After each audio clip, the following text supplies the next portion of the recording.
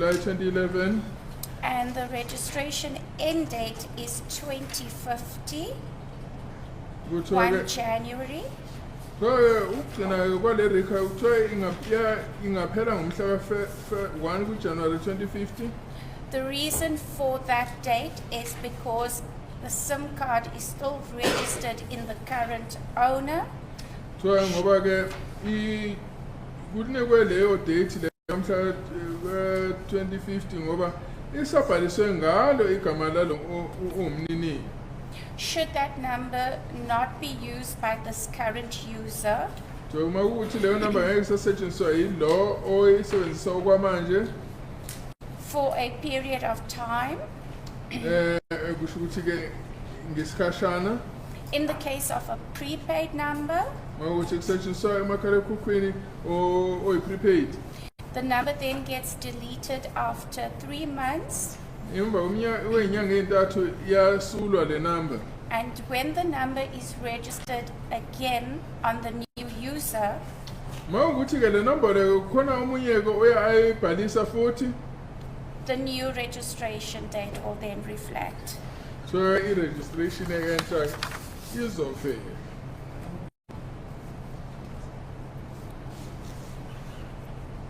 And then what is the meaning of SIM start date? The SIM start date is when the SIM card was inserted into the handset Makhulunywa ngelento ekuthiwa i-sim start date kusho ukuthi ilanga ke i-sim card eyafakwa kulo makhalekhukhwini and began in use. and futhi ke nokuthi yasetshenziswa nini. Okay, let us go back to the addendum. 060-804-0436 belongs to Senzo Twala, page 9 of 4649, and that case ID is 550713. Kuthiwa lelandelayo ke yi-0. Oh, certainly.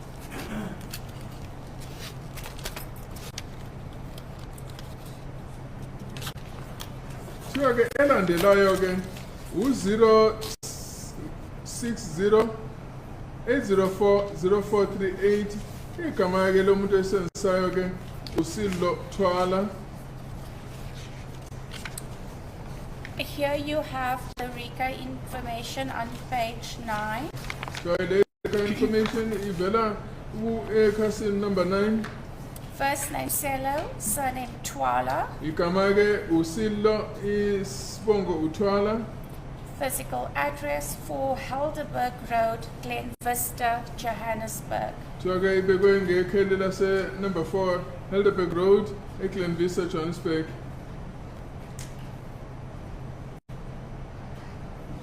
SIM start date 23 June 2014. So uqala ukusetshenziswa kwale sim kwakumhla 23 June 2014. Okay, the end date reflects the same, which could be an error. Kusho ukuthi ke ugcina kwale number lena ikhombisa ke ukufana nale number nesuke yaqala ngayo kusho ukuthi ngaba kuyiphutha elikhona leli. The RICA start date is 23 June 2014. Uqala ukusetshenziswa ngaphansi kwe-record mhla 23 June 2014.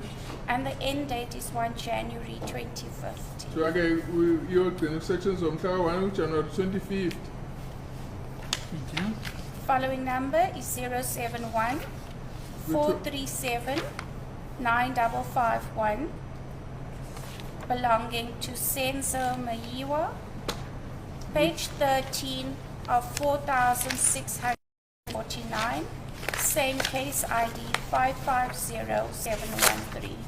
So elandelayo ke inumber ewu-071 437 9551 esetshenziswa ke uSenzo Meyiwa engaphansi kwekhasi number 13 wamakhasi awu 4649. On page 9 you will find that the first name is Senzo, surname Meyiwa. So page 9 zothola ukuthi igama uSenzo Isibongo Meyiwa. Physical address states number 1 with no street. Kuthiwa-ke ikheli-ke kubhalwe ngokuthi number 1 umgwaqo ubhaliwe. Randburg, Johannesburg. Ngaphansi kwe-Randburg eJohannesburg. RICA start date is 31st March 2014. So iRICA-ke iqala ngomhlaka 31st March 2014. And ends 1 January 2050. And iphela-ke ngomhlaka 1 January 2050.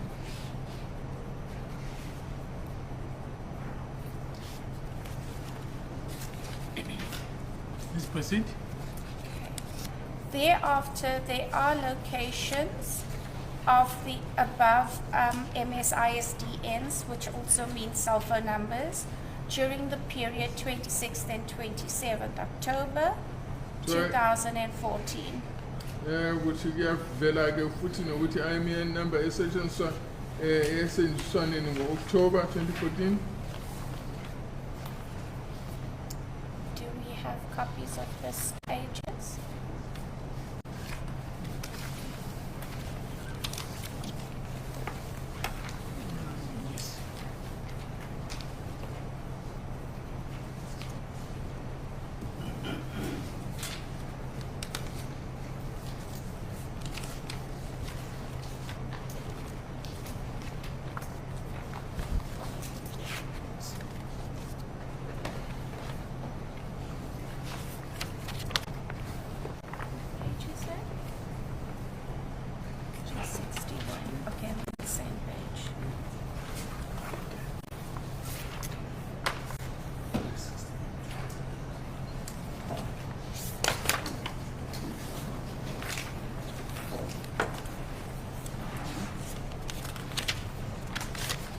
So if we look at page 61 of 361 of this bundle,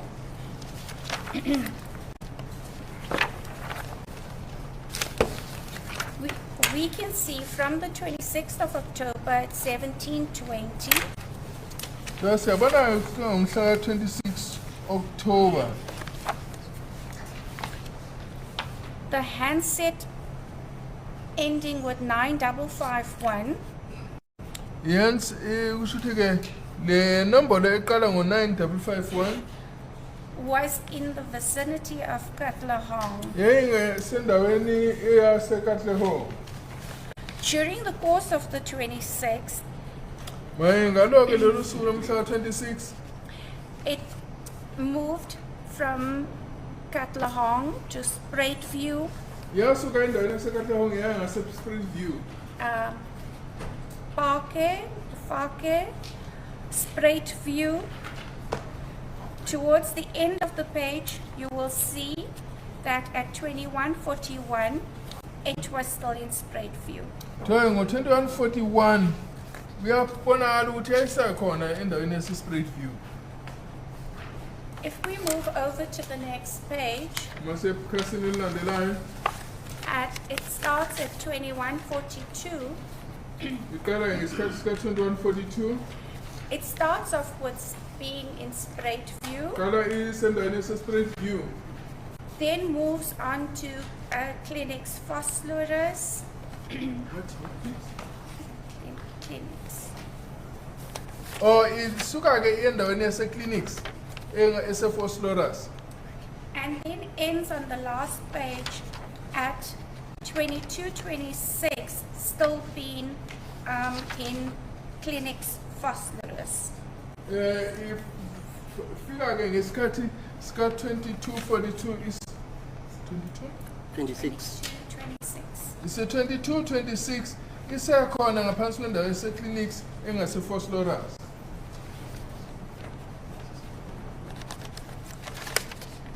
Okay, we're still on the number ending 9551. Sekuyona kule number ephela ngo-9551 On page 363 at 22:28, ngesikhathi sika-2228 ngaphansi kwenumber 2363 the tower still reflects clinics Vosloorus. ithawa-ke sakhombisa lapho kuseyona clinics yase-Vosloorus. Towards the middle of the page, on the 27th of October, at 10:01, the tower then changed to Wanningberg. So target yashintsha ke lapho ke isiba Wanningberg.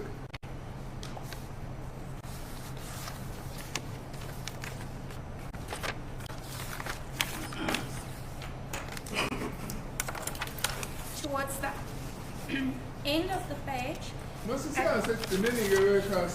at 12:32, it reflects on a CF, which is voicemail,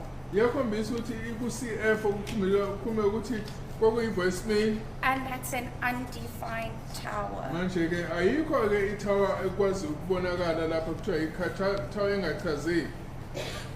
We are then on page 364.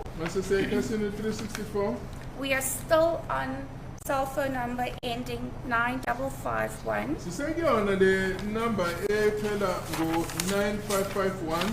At 13:37,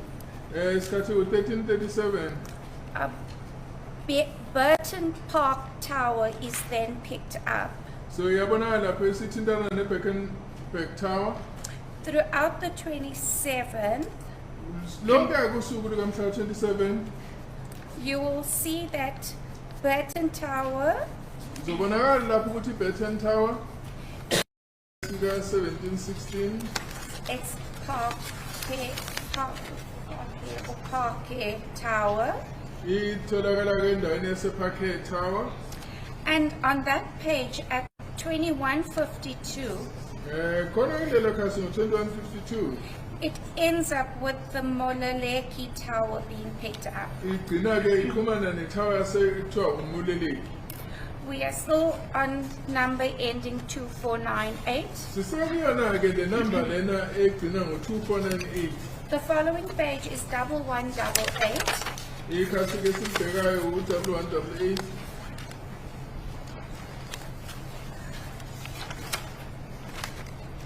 This is GPRS data. It starts at 1526 with Lifter and Frieda.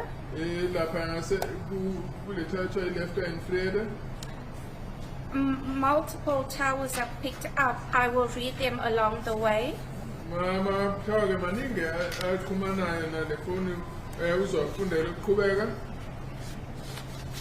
1629 rifle range.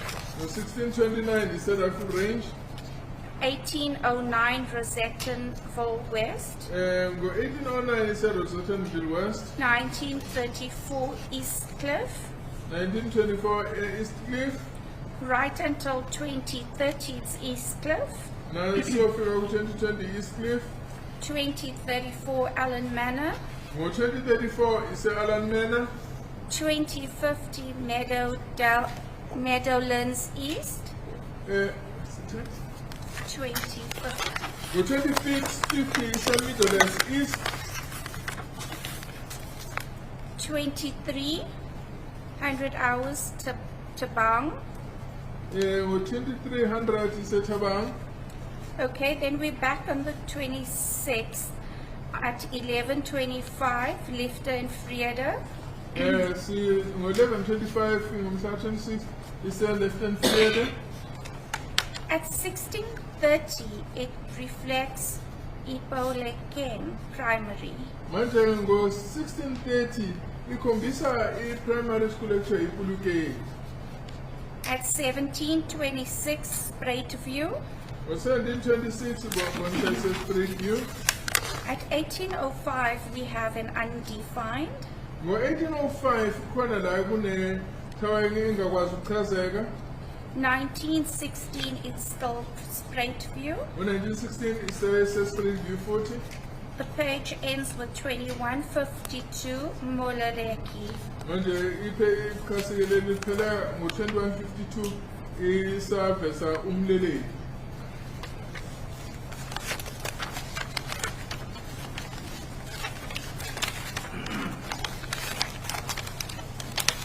have found the GPRS for 9551, which is at the back.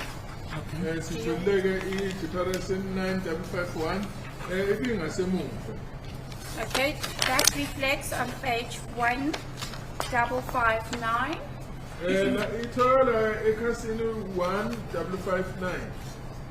At 1952, it starts off with straight view.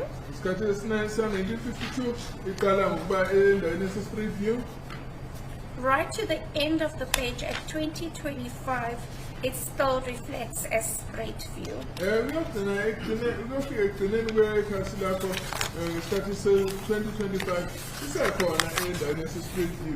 Page 1560. Page 1560 at 2025 reflects straight view.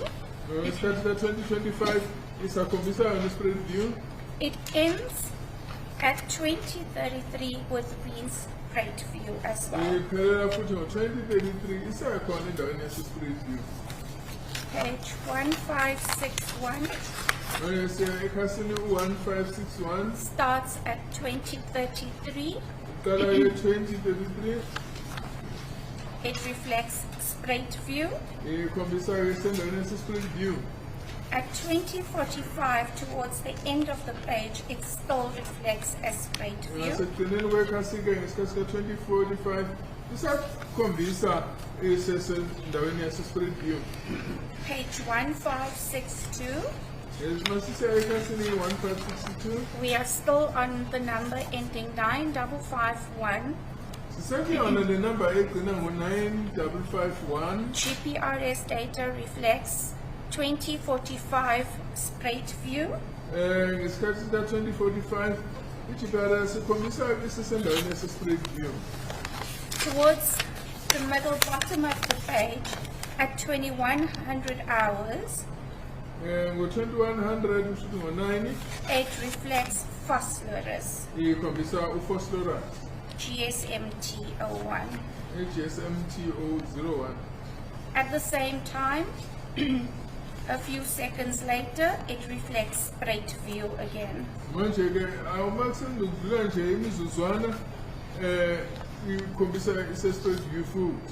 At 2107, 2107 Parquet. 2108 straight view, 2108 it is straight view food. and it ends at straight view at 2108. 2108 is straight view.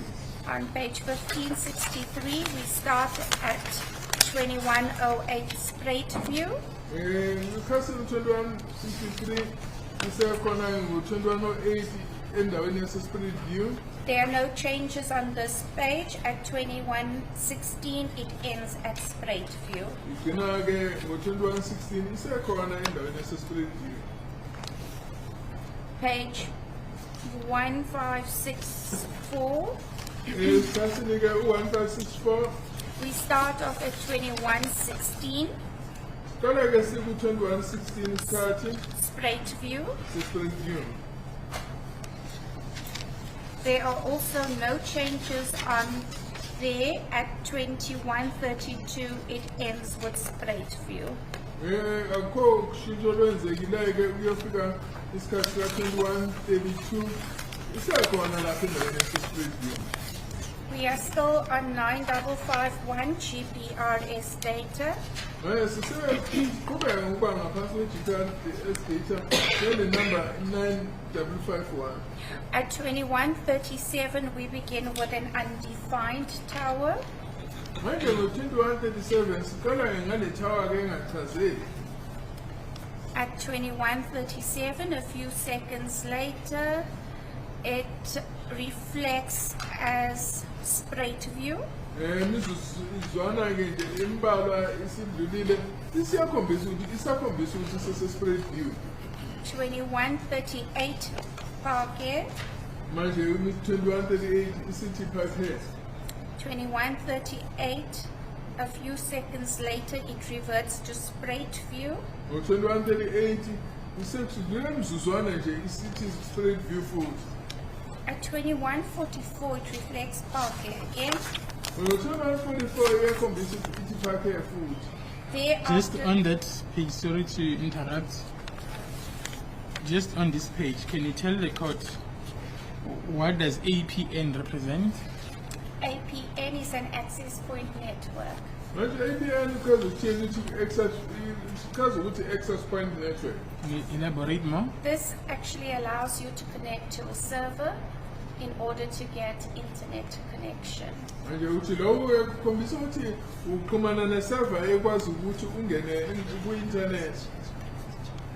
you also explain what is GPRS? GPRS is anything that's internet related. So if you're on Facebook, WhatsApp, reading the newspaper, you would then need a connection, and your APN connects you to access that. And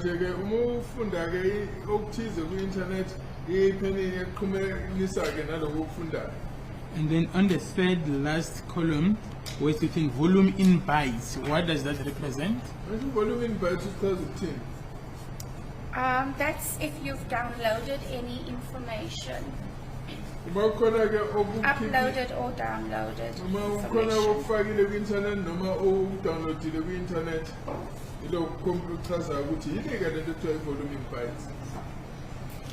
Can you also place on record the volume in bytes on 26 October at 21:40?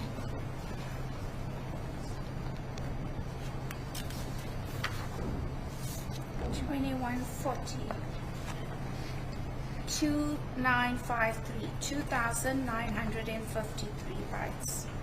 Twala bytes asetshenziswe inkulungwane nekhulu ayishagalolunye amashumi ayisihlanu nantathu.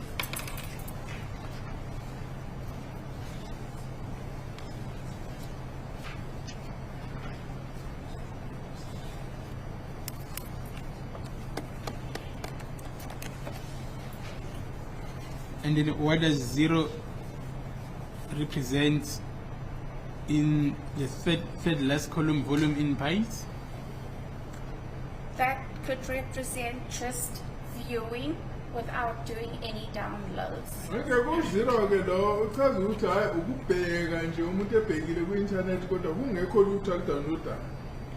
Proceed. Okay.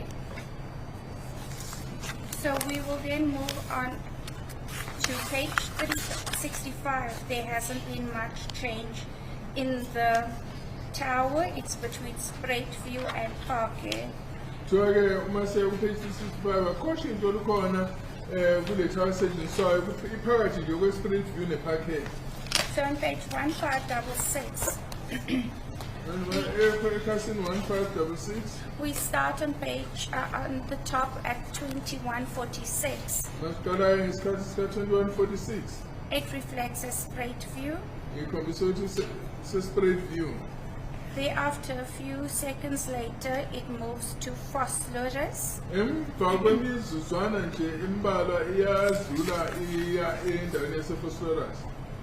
At 2147, we see phosphorescence north. And 2147, it comes to phosphorus north. 2149, we see Igologolo. In 2145, it comes to Igologolo. Okay, just on that point, can you tell the court what does PDP address represent? The address of PDP. Okay, that's your your IP address, your internet protocol address. So I will commissar internet protocol address. Let's proceed. Okay, 2151. It reflects phosphorescence north. 2151 comes to phosphorescence north. 2155, it then moves on to clinics phosphorescence. And 2155, you can be say, in the near clinics phosphorescence. 2156 Phosphorus Square. Manje-ke ngosikhathi ka-2156 isukile ngase-phosphorus square. Okay. And then what was downloaded there in bytes? Yini kwadownloadwa lapho? 1199. So-ke kudownloadwe ama-bytes awu-1199.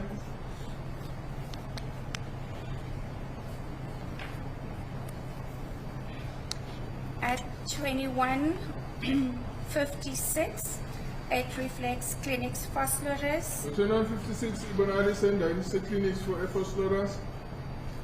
At 2159, it then reflects phosphorus square. Ngo-2159 ibonakala ise-phosphorus square. And the page ends at 2159 Ikhasi-ke lelo liphelela esikhathini sika-2159 with clinics phosphorus. sisendaweni yase-clinics phosphorus. Can you just place on the record how many bytes were downloaded on the 26th of October at 21:59? 9,488 bytes. So ama-bytes-ke adownloadwa ngalesi sikhathi ngesikhathi sika-2159 9,488. Okay. If you're able to do it, or you can do it later, are you able to quantify how much data was downloaded on this column 3? We are not able to tell. If you want the calculation of the entire page, we then have to calculate it up front. But there's no way of knowing exactly how much and what was downloaded. Okay, sipenda lwazi lokuthi kwakudownloadwa ini futhi engakanani ngaphandle kokuthi kuhlalwe phansi kuhlaziwe ukuthi ayingakanani. We then move on to page 1567. Siyake ekhasini 1567 At 2159, isikhathi ngo-2159 it starts off with clinics phosphorus. qala-ke endaweni yase-clinics se-phosphorus. A few seconds later, it reflects as Bopang Kotsi. Ngaleso sikhathi-ke ikhombisa isendaweni ekuthiwa ibupang khotso. Then it moves on few seconds later to clinics phosphorus. Emva kwemizuzwana nje iyasuka lapho iya e-clinics phosphorus. Okay. Anything downloaded? Khona yini okwadownloadwa lapho? At 2159, 8,680 bytes reflecting. Okubonakalayo lapha ku-8,680 bytes.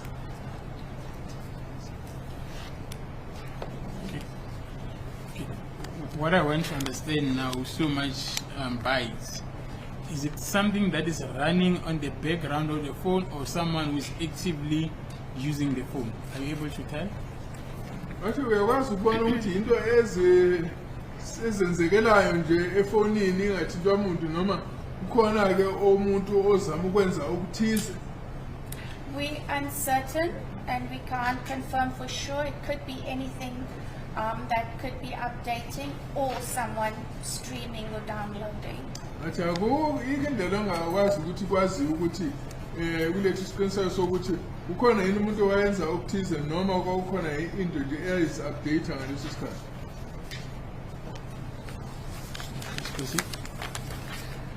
At 2200 hours, Isikhathi sika-2200 it reflects as a phosphorus square. ibonakala isendaweni yase-phosphorus square. Okay, go down to 2206. Asiye esikhathini ka-2206 Bopang Khotso. isendaweni ekuthiwa yibupang khotso.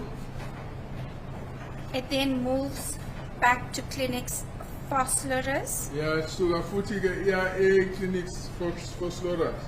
Towards the bottom at 2210, mase singasekugcineni isikhathi kwawu-2210 it still reflects clinic's phosphorus. saqhubeka ithi-ke isendaweni eclinic se-phosphorus.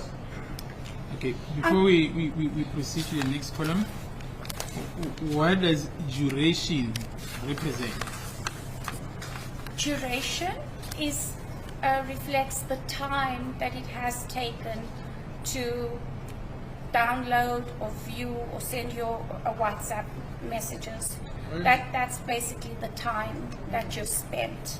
Duration echaza ukuthi isikhathi-ke sisetshenzisiwe mhlawumbe ukwenza noma udownloada noma ukwenza okunye efonini. And then what does ECI represent? U-ECI yena usho ukuthini? ECI is a code referred to towers. Manje u-ECI ukhuluma ngekhodi-ke ekhuluma ngamathawa.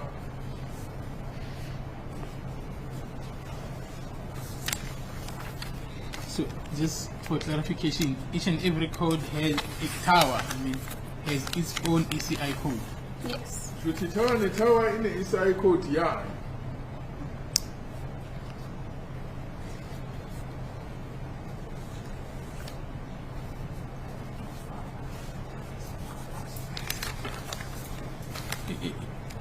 How far are the following towers apart from each other? Clinics Phosphorus as well as Phosphorus Square. Offhand, I cannot tell you, but by looking at the data, I would say close proximity.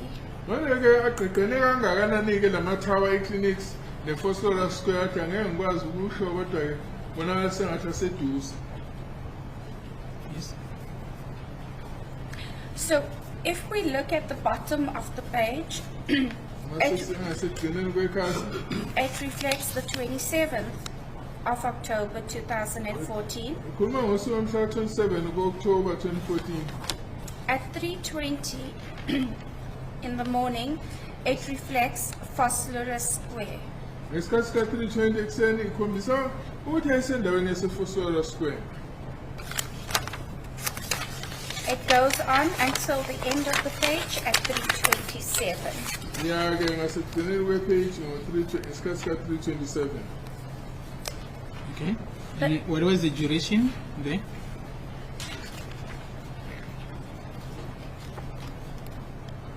The duration was 4:38 seconds. Athi kwawemizuzwana amashumi amathathu nesishiyagalombili.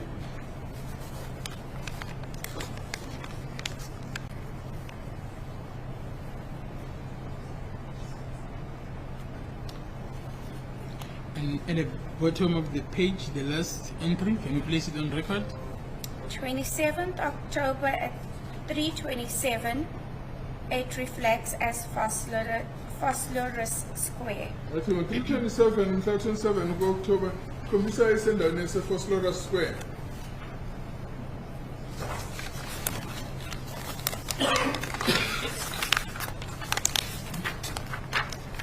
Next page.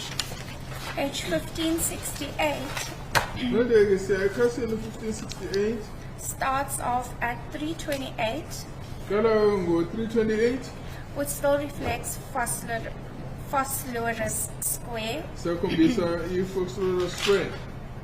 At 4:34, Isikhathi sika-4:34 it reflects as Elands Park. ikhombisa-ke isendaweni yase-Elands Park. 4:35, Isikhathi sika-4:35 Driehoek. isendaweni yase-Driehoek. 5:35, Isikhathi u-5:35 South Street. ise-Sour Street. 5:35, a few seconds later, Emva kwamazuzwana nje ngesikhathi sika-5:35 futhi Joburg West Street. ise-Joburg emgwaqweni kuthiwa West Street. It then moves on to South Street at 6:15. Ngo-6:15 iyabonakala iya endaweni yase-Sour Street. At 7:21, West Street again. Ngesikhathi se-7:21 iyaphindela futhi iyabonakala isendaweni yase-West Street. At 8:57, isikhathi ka-8:57 the page ends off with South Street. ikhasi ligcina isendaweni yaseSouth. On page 1569, Ikhasi-ke u-1569 it starts at 8:57, qala ngo-8:57 South Street, seSouth Street and 9 ends with 9:17 at South Street. phelela ngo-9:17 sesekhona endaweni yaseSouth Street.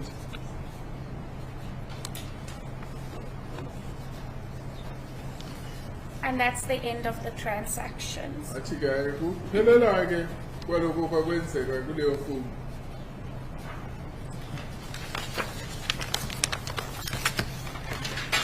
Let's go back to the beginning of the addendum.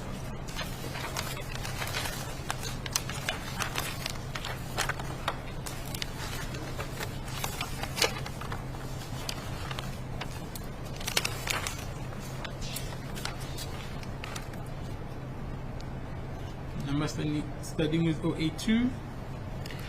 The next number is 082 704 4358.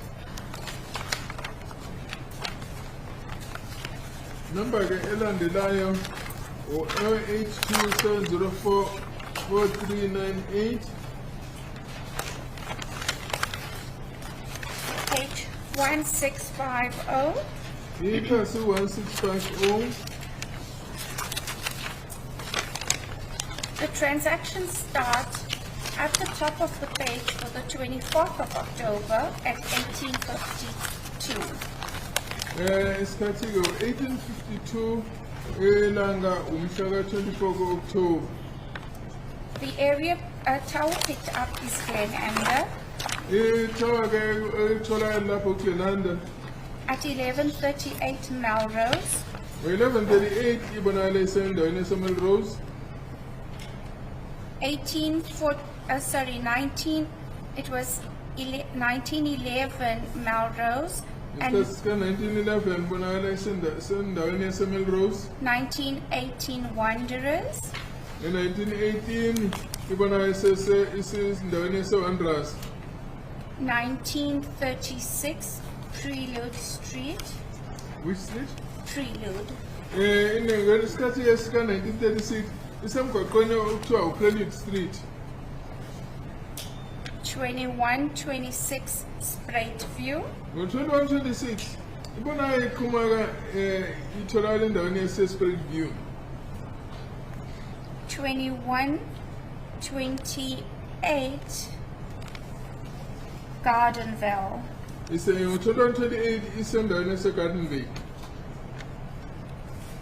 2247 Isikhathi sika-2247 Lefter and Vrede.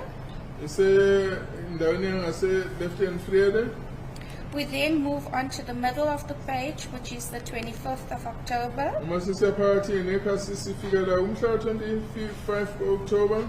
at 1031. Isikhathi u-10:31 It's Wanderers, Say Protea Wanderers. Hills, and what? Protea Hill. Ngaseprotea Hills. On the same day, 25th at 1506, it's Lefter and Vrede. Ngo-1506 ingasendaweni yase-Lefty and Vrede. We then have undefined at 1407 on the 26th of October. Ngo-1407 sibona lapha kungachazeki ukuthi iqhubene nayiphi ikuyiphi indawo. Just before the undefined, where it says no sell ID in ticket, what does that mean? It means that it was on voicemail. It could be that there was no signal or the phone was switched off during that time. So lapho-ke kuchaza khona ukuthi no ID kuchaza ukuthi mhlawumbe biku-voicemail noma-ke yayingaqhumene nalutho.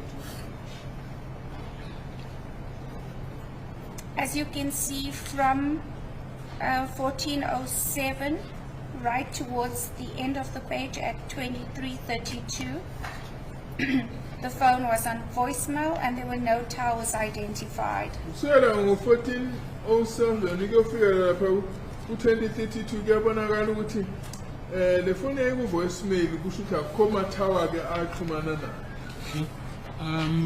From 1407 right at the end of the page where it's supposed to capture the IMEI number, it's blank. Can you explain that?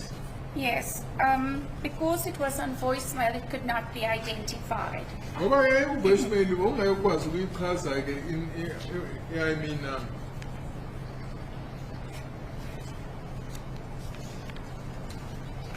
It's for the sake of the record. And then what does CF mean? CF is call forwarding, which indicates voicemail. And u-CF lo uchaza ukuthi call forwarding okhuluma ukuthi i-voicemail. We then move on to the next page. Siya-ke ekhasini elilandelayo. We're still on number ending 4358. Sisekuyona le number egcina ngo-4358. We start on the 26th of October at 23:38. Siqala ngomhla 26 October ngo-23:48. The cell phone's still on CF and there's no defined tower. Ifoni lena itholakala iseku-CF okusho ukuthi-ke akukho tower exhumana nayo. Throughout the page, right to the end on the 27th at 08:46, it remains on CF. Le phone-ke ihlala iseku-CF kuyofikela ngomhla 27 ngesikhathi sika-8:46. We move over to the next page. Ya-ke ekhasini elilandelayo. Before you move to the next page, just on page 650, can you place on record the information on at 1050? At 10:50 on the 25th of October 2024, an SMS was received.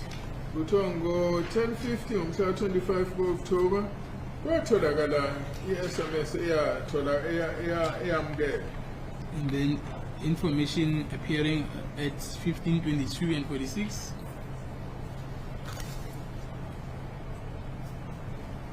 Fifteen 22. No, my apologies, 15:12.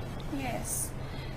At 15:12 on the 25th as well, an SMS was received. Ngo-15:12 kwatholakala i-SMS futhi. We can proceed to the next page. So on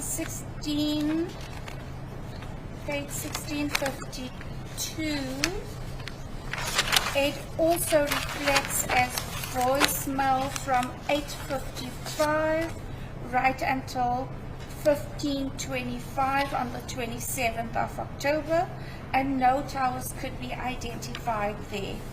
So-ke kusuka ngesikhathi sika-15:22 kwathola i-voicemail ngo-8:55 kuyofika ngo-15:25 kungumhla ka-27 October. Akukho lutho olubonakala ukuthi lwatholakala.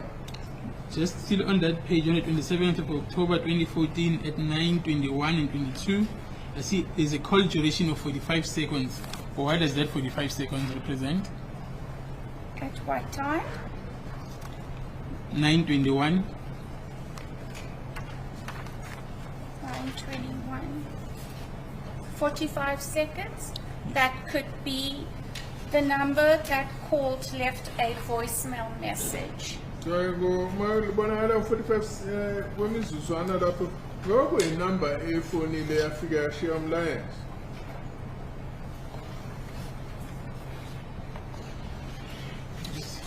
See to the next page. Ngayikhasini elilandelayo.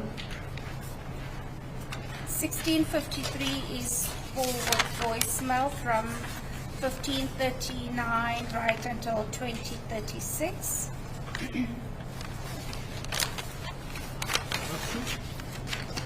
Up to 20:36. Ukusukela ngo-15:39 ifikela ku-2036 iyayicinyiwe ifoni. The two top transactions reflects the last of the AMA data. It starts at 2125 and ends at 2152. It was still on voicemail with no towers identified. So kusukela 2125 kufika 2152 yayisekuvoicemail kwakungekho mathawa ayixhumana nayo. We then move on to the GPRS data, still on 4358. Sisekuyona-ke le number u-4358 kuyobheka i-GPRS data yayo. If we move on to page 2184, Siyake ku-page 2184. my apologies, there's no GPRS for October on page 1654. Akho GPRS ebonakalayo-ke ngalelo langa. If we move on to the next page, which is 2184, Masiyake ku-custom 2184. there's data for the 26th of October So khona i-data eyangomhla 26 October on number ending 0436. mayelana nenumber egcina u-0436. We start off with the first transaction on the 26th at 7:52. Qala ngomhla 26 isikhathi wa-7:52. An SMS was sent Thunyelwe-ke SMS to the number ending 669, ithunyelwa kule number-ke egcina ngo-669. and the tower picked up was Malbarton. And ithawa-ke esetshenziswayo lapho ithawa ethiwa i-Melbarton. At 8:49, Isikhathi esa-8:49 an SMS was sent out, thumela-ke SMS. and that area picked up was Glen Vista High. And ke lapho-ke indawo kwakuyindawo yase-Glen Vista High. It remains as Glen Vista until 9:11. Ihlala-ke i-Glen Vista kuyofika isikhathi sika-9/11. At 9:25, Ngo-9:25-ke it then reflects as Malbarton. ivela njengo-Melbarton. It reflects as Malbarton right until 9:30. Kuze kuyofika u-9:30 sakhombisa yena uMelbarton. Thereafter, at 9:35, it's Glen Vista High. Ngo-9:35 ikhombisa uGlen Vista High. 9:37, Camaro Road. What's the time? 9:37. Ngo-9:37 iku-Komaro Road. At 9:50, Boysons. Ngo-9:50 ithi Boysen. 10:26, Asonia. Ngo-10:26 ikhombisa endaweni eseBasonia. Whilst on this page, can you clarify what is USSD? A USSD is a stream. You generally use this stream to buy airtime or top up your airtime, or it is an internet related transaction. So u-SSD-ke ukhombisa-ke indlela ukuthi othenga ngayo i-airtime nge-internet. Can proceed to the next page.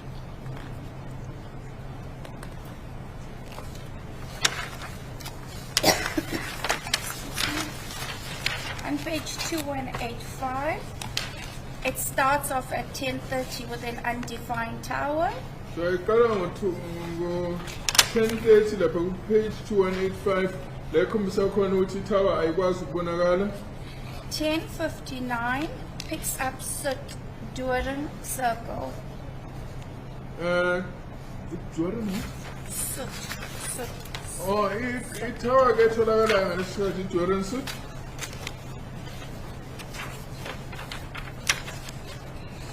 We then have undefineds until 1116. Uyofika ngo-11:16 sibona lapha kungena tower ekwazi ukuthi itholakale. We then start again at 1117. Siqala futhi ngo-11:17. Sitdoren Circle. Yabonakala ukuthi se-Victorian Circle. At 1137 we pick up Kumaro. 11:37 sithola futhi Komaro. At 1140 we pick up Randwater. 11:40 bonakala i-Rand Water. At 1153 Malbarton. 11:53 bonakala isi-Melbarton. 1159 Basonia. 11:59 ithi Basonia.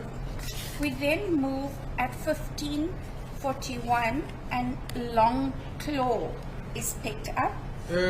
Sidlulela manje ku-11:41 lapha ithola khona i-Long Claw. At 1542 Basonia.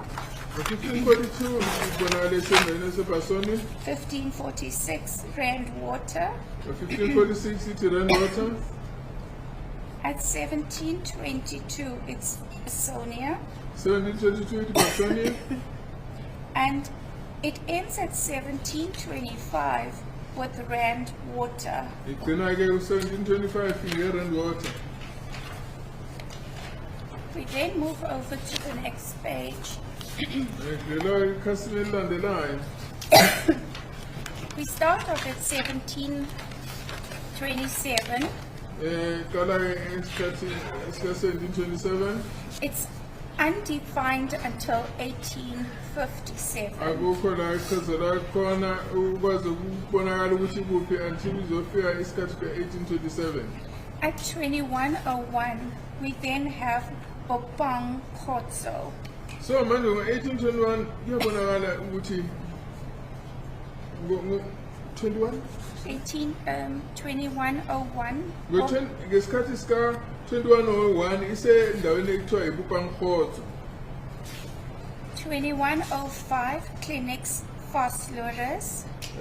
Ngo-2105 isendaweni ese-Clinics Phosphorus.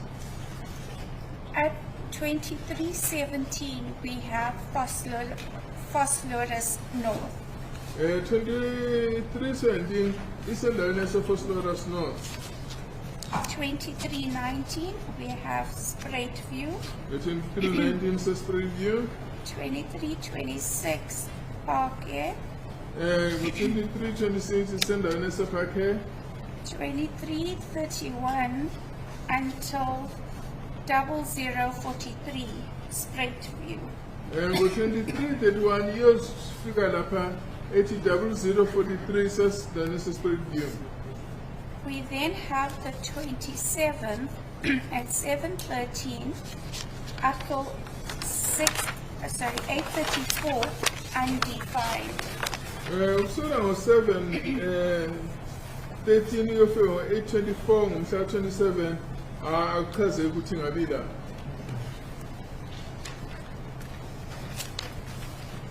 If we move on to the next page, Mase sidlula ekhasini elilandelayo.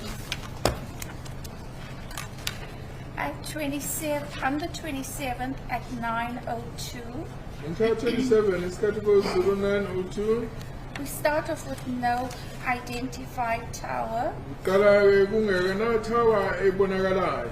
right until 937. Kuhambe kuze kuyofika u-937. Thereafter, at 1052, we pick up Sour Street. Ngo-1052 kuyabonakala kutholakala umgwaqo uSour Street.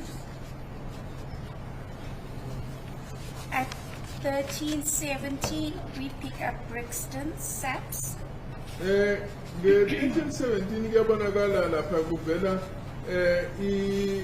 isiphoyisa saseBrixton. That is up to 1425, where Brixton Saps is still picked up. Kuyofika ku-1425 kusabonakala isiphoyisa saseBrixton.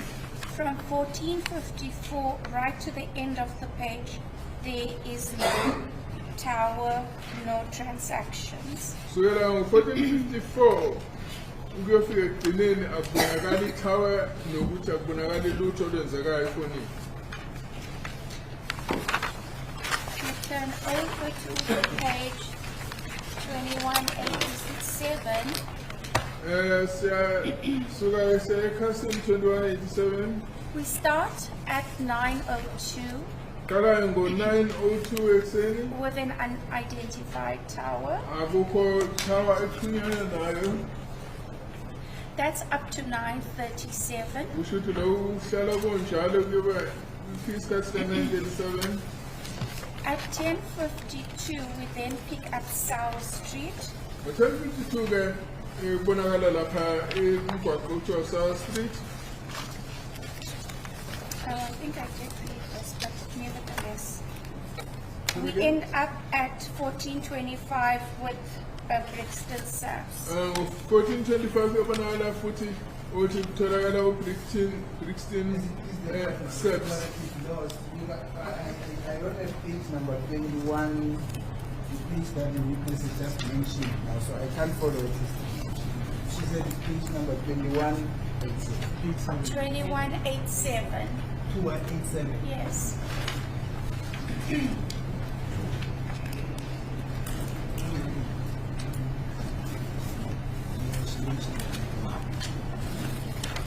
No, I do have it, but I think she mentioned another number which is not 2187. No, she did not mention any other number. Did you mention any other number? No. I'm listening. She did not. She said 2187. As she's talking, I'm writing freehand. Not even consulting what she has there. Okay, continue, ma'am. We then move on to the next page. Siyake ekhasini elilandelayo 4629. i-4629 And this is where we will see the GPRS data. yila sothola-ke i-GPRS data khona. We start at 1946 with an undefined area. Qala-ke ngo-1946 la kungena engekho-ke incazelo ukuthi ilaphi. 1947 reflects straight view. 1947 ikhombisa i-straight view. We see straight view right until 1958. Uze kuyofika la ku-1958 kusabonakala yona i-straight view. At 1958, a few seconds later, we see Phosphorus. Ngo-1958 kusandokudlula imizuzwana nje kutholakala se-straight. From 1958, a few seconds after that, right until the end of the page, we have straight view. From 1958 kuyofika ekupheleleni kwekhasi sekhombisa yona i-straight view. If we turn over to page 4630, Masibuya ekhasini 4630 we're still on the 26th sekhona ngomhla 26 at 2002. start 2002. We begin with an undefined. Qala-ke kungena kubonakala ukuthi ilaphi. At 2003, we get straight view. 2003 kubonakala i-straight view. 2016, Phosphorus. 2016 i-phosphorus. 2017, straight view. 2017 straight view. Until the end of the page of 2035. Kuze kuyofika ekugcineni kwekhasi 2035. On the next Before page, we proceed, my lord, can I request that we take the long adjournment at the stage before we move to the next page? The time is 12:57. Okay, 2 o'clock then.